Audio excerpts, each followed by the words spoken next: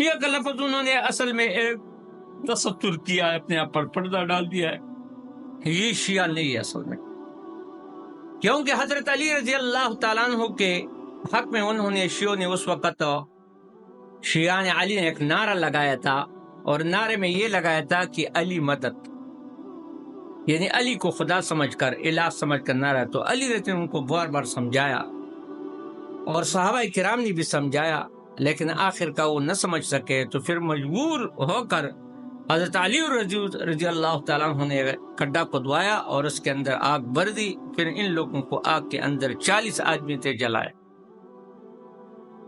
تو ابن عباس رضی اللہ تعالیٰ عنہ نے فرمایا کہ یہ فیصلہ صحیح نہیں تھا کہ آگ سے، کیونکہ آگ سے اللہ عذاب دے گا.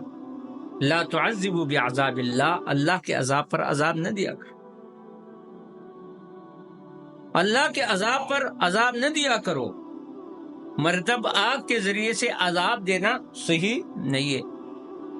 تو پھر علی نے خود کہا کہ واقعی ابن عباس سچ کہتا ہے اور اس کی بات درست ہے، میری بات درست ہو، جلایا. نو آج اگر علی رضی اللہ تعالیٰ عنہ ہوتے تو پھر ان کا کیا حشر ہوتا؟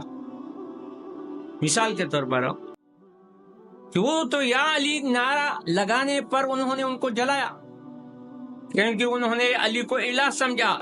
نو آج تو یا حسن کا بھی نعرہ ہے، یا حسین کا بھی نعرہ ہے، یا فاطمہ کا بھی نعرہ ہے، یا پنجتن پاک کا بھی نعرہ ہے، یا لمبردار کا نعرہ ہے، عباس لمبردار کا نعرہ ہے. تو یہ تو آج اگر علی رضی اللہ تعالی عنہ حیدر قرار ہوتے تو پھر موجودہ نام نہاد شیعوں کا کیا، یعنی مثال کے طور پر کیا یعنی مقام ہوتا،